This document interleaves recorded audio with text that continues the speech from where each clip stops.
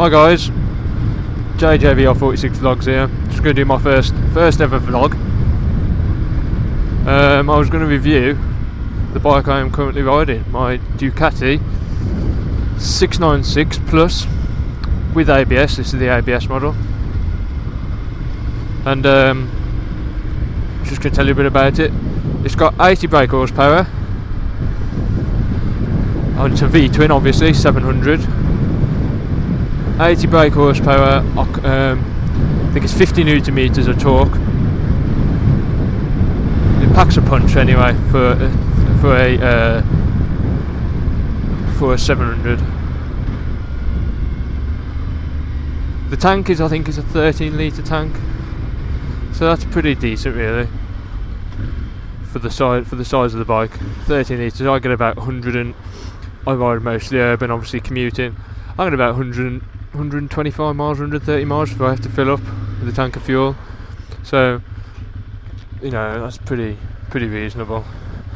The ergonomics of the bike, really nice. Really, so you gonna let me out? Cheers mate. Really nice, really, you sit really nice and seated in on the bike. You know, the new style of bikes, you sit in on them. So you really do feel part of this bike, and it does give you a lot of confidence. The tyres it runs are Pirelli. They're just the standard tyres that come on are Pirelli Angels. They really are brilliant tyres for the wet, for the dry. They're quite really good. The dash, if you can see, if I just give you a quick glimpse, there you go, is really nice and simple. You can really, cheers mate, you can really sort of see what's happening quite quickly, but it's not too like sort of, I thought when I initially saw it with the rev limit, I thought, oh, that's going to be overwhelming. I thought that's all I'm going to be able to look at, but it's not really like that at all, and you do quickly get used to it.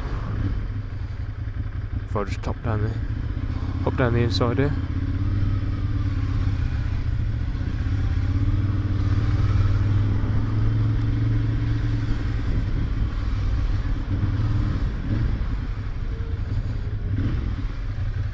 But yep.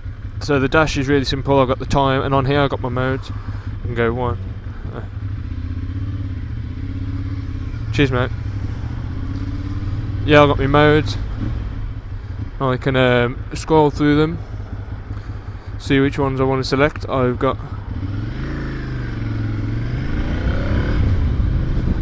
the total, the current trip, the time, and it's even got a temperature gauge on, which really does come in handy. Not that I ride this bike in the freezing cold, because it's so lovely. I like to keep it for sort of good days, if I can help it. But that being said, it does cope really well with whatever sort of weather. If you do get caught in the lane, it does cope really well in any sort of weather. None of this old sort of Ducati rubbish about it being unreliable or whatever. Nah, it's absolutely brilliant. The engine itself is V-twin, which I mentioned before, but it's air cooled as well. It's not the sort of conventional liquid cooled. And I think, to be honest, I really do think the bike benefits from it a lot. When you look at it, I just love the styling on it. It's the way all the fins stick out on the engine to cool it down. I think that's partly why Ducati kept the air twin engine, because they're Italian, because they like the styling, and they thought putting a radiator on it would kill the looks, and rightly so. I think it would. Rightly so, I think it would. Let's say hello to this scooter man. Yeah, as I was saying, so the engine is starred for looks, on it being Italian, but trust me, that doesn't detract from its actual performance. Still pulls like a train. Because I am 18, I do have to have it restricted, unfortunately. I have to have it restricted to 33 brake, but round town you really don't notice it, and it does still still does pull a lot because it's a V-twin, it's got lots of torque. The gearbox on it is a bespoke. I think Ducati do make their own gearboxes. It's really nice. It's like a bolt on a bolt action rifle. The gears are on a Ducati because they're straight, because the gears are straight cut as opposed to like I think it's the other one's hexacle cut. They make this lovely sort of whining sound, like a sort of race car noise. But and the gear changes are really nice and solid. When you select first gear on it, you'll probably hear it if I stop. It's like a padunk.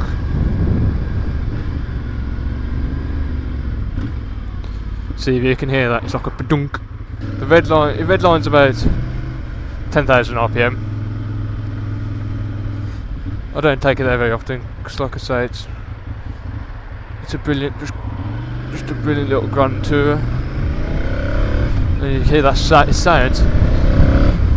sounds awesome. The 696, the features it has, features that it doesn't have. It's obviously the cheapest bike in Ducati's range. Features that it doesn't have are, it doesn't have a single-sided swinging arm, which is you don't notice. It's just for aesthetics. It doesn't have a single-sided swinging arm. Doesn't have an extra 100cc, obviously. It's got ABS, like as I said at the very beginning, which is a brilliant feature. I'll come to the brakes in a minute, but the ABS, I'll just let you know, when you're in the wet, it's just a lifesaver. You just feel so much. You feel so much more safe out braking, knowing that your front wheels or your back wheels cannot lock up. I mean, I know you shouldn't brake like that anyway, but it's just nice to know that if anything does happen, you are covered.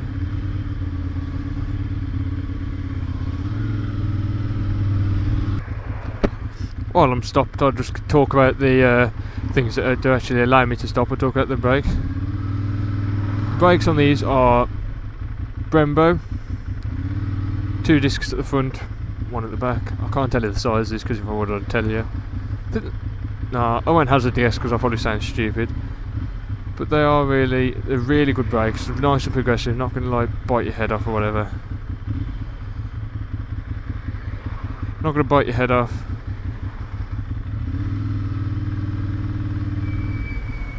But the ABS really does help for stopping when the conditions are, you know, just, you know, when you're at them conditions, you'll know if you're a motorbiker, just the greasy ones, they just help.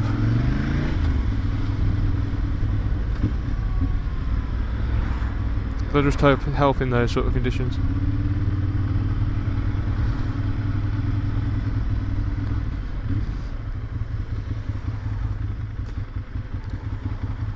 Yeah, to sum up, the Monster is a brilliant bike for anyone who's just starting or just, you know, that's what Ducati target it at. You can have the Monster art, so you can customise it. You can customise it to the one you want. I have got the Valentino Rossi 46 Monster art tank on here. It gets a lot of looks for obvious reasons, not just because in fact I'd probably hazard a guess to say that this bike was actually faster than his. But nah, legend Rossi is, and you'll see that. If you want me to do like a thingy video or an exterior shot, I'll do some for you. Now, to sum up the review of this bike, I would buy one. Well, I have bought one, you know what I mean. But they are really good, really nice, really playful. Handling's brilliant. Top bike all round. Well done, Ducati. You've officially got me hooked. TTFN. That's Tatar for now, in case you don't know.